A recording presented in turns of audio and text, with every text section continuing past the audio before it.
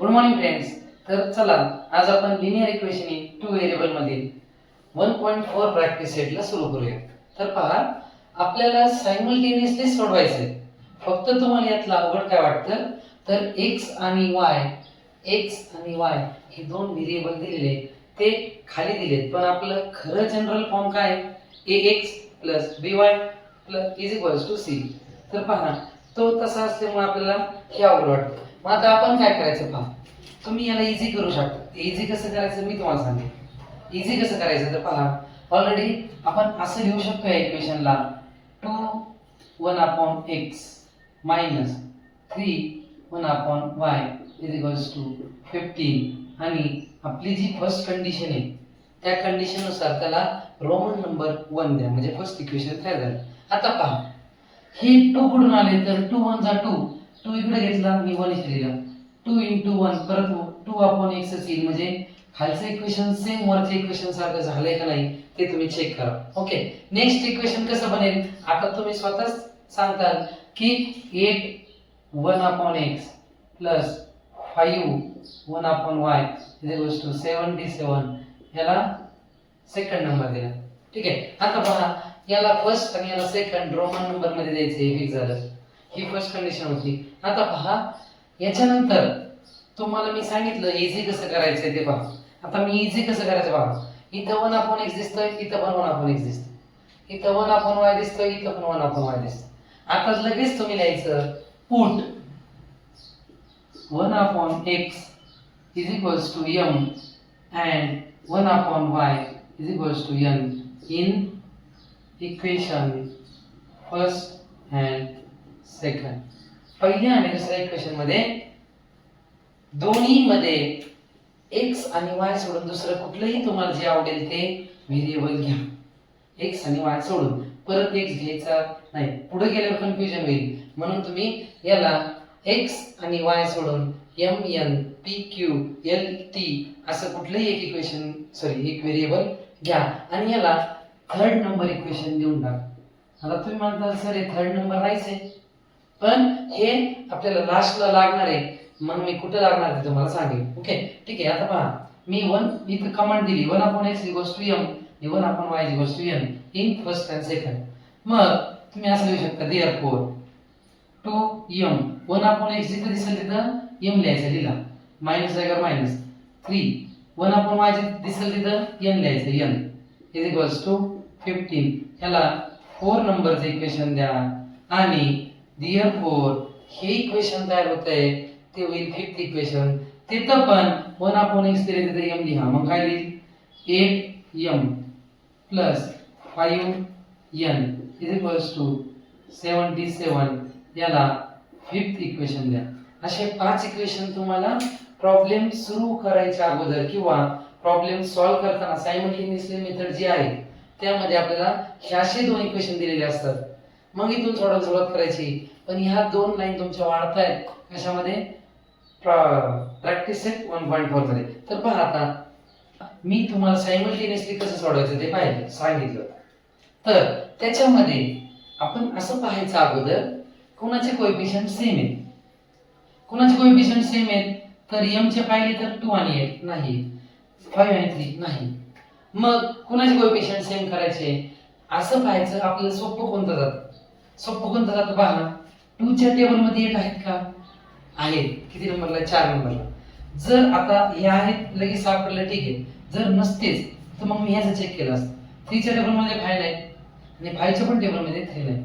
मग 2 च्या टेबल मध्ये 8 आहे, मग ते किती नंबरला आहे तर ते 4 नंबरला आहे. म्हणून मी फक्त ह्याच इक्वेशनला 4 ने गुणला की मल्टिप्लाय इक्वेशन 4/4.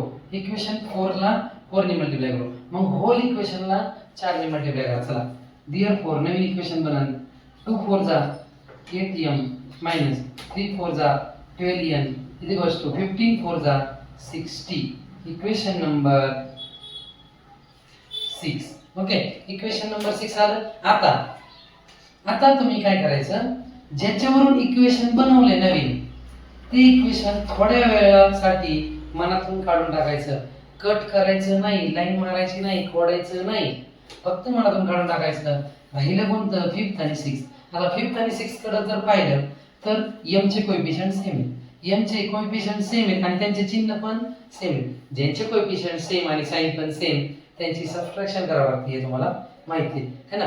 तर आता आपल्याला सबट्रॅक्शन करावं लागेल. सबट्रॅक्शनची कमांड देऊया. चला, subtract equation 6th from 5th.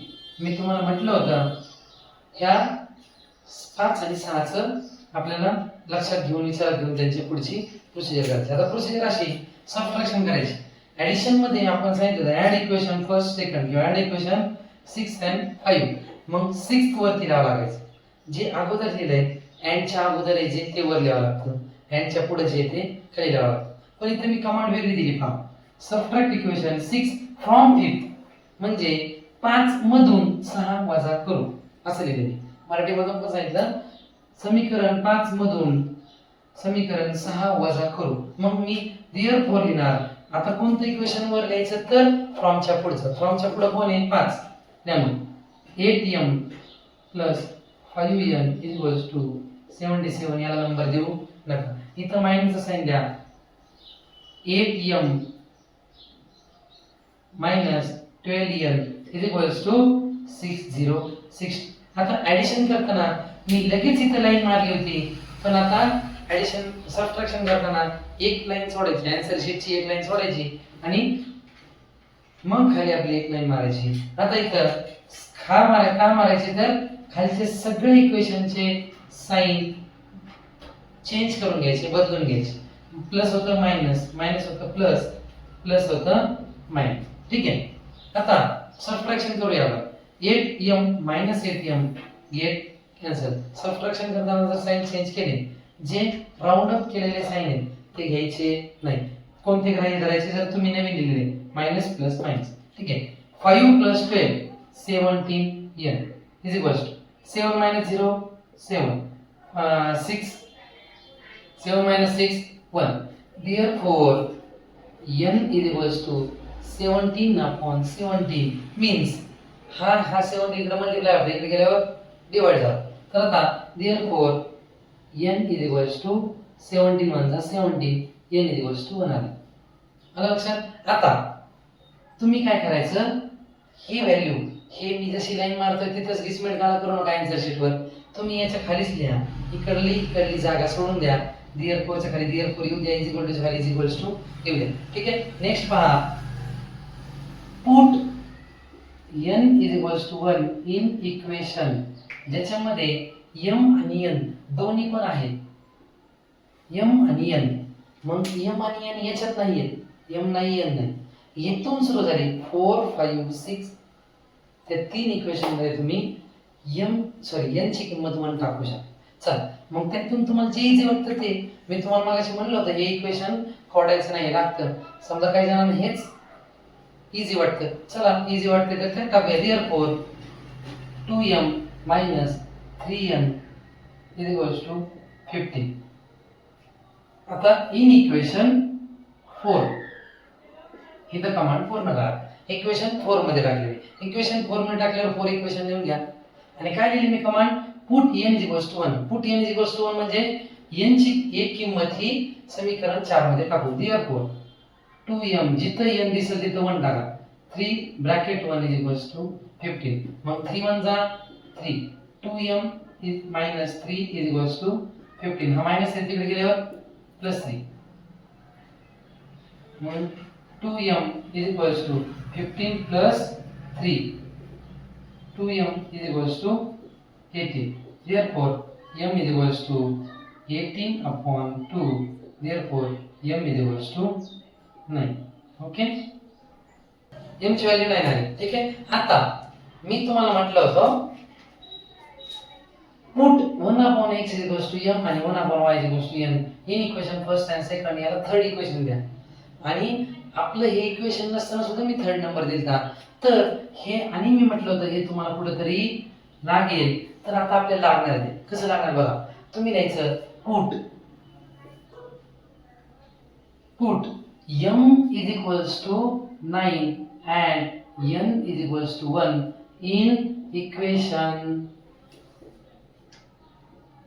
Third. Equation third मध्ये टाकायची, जिथं m दिसेल तिथं न टाकायचं. मग आता आपल्याला खरं म्हणजे ही का टाकायचं तुम्हाला सांगतो बघा. आपल्याला खरं इक्वेशन मध्ये x आणि y दिलेत, हे दोन व्हेरिएबल दिलेत. काय दिलेत? हे दोन व्हेरिएबल. आणि आपण काय शोधलंय आतापर्यंत? n आणि m, म्हणजे m ची व्हॅल्यू 9 आणि n ची व्हॅल्यू 1 हे शोधले. तर आपल्याला m आणि n नाही काढायला लावलं, आपल्याला शोधायला लावलंय x आणि y. मग तुम्ही काय करायचं, जिथं m पण आहे आणि x पण आहे, जिथं n पण आहे आणि x पण आहे, y पण आहे, n y m x, त्यामध्ये ही व्हॅल्यू टाकून द्यायची. म्हणून जर तुम्ही इथे नंबर नसता दिला तर तुम्हाला पूर्ण इक्वेशन लागलं असतं. Put m is equals to 9 and n is equals to 1 in 1 upon x is equals to m and 1 upon y is equals to n. तरी चुकत नाही, फक्त एक लाईन वाढते. म्हणून मी ती लाईन कमी करण्यासाठी ही इथं थर्ड नंबर दिला. ठीक आहे, चला. therefore 1 upon x is equals to 9 and 1 upon y is equals to 1. असं मी काय केलं पहा, m च्या जागेवर 9 टाकलं आणि n च्या जागेवर 1 टाकलं. जर तुम्हाला कन्फ्युजन होत असेल तर मी पुन्हा लिहितो. therefore 1 upon x is equals to m and 1 upon y is equals to n.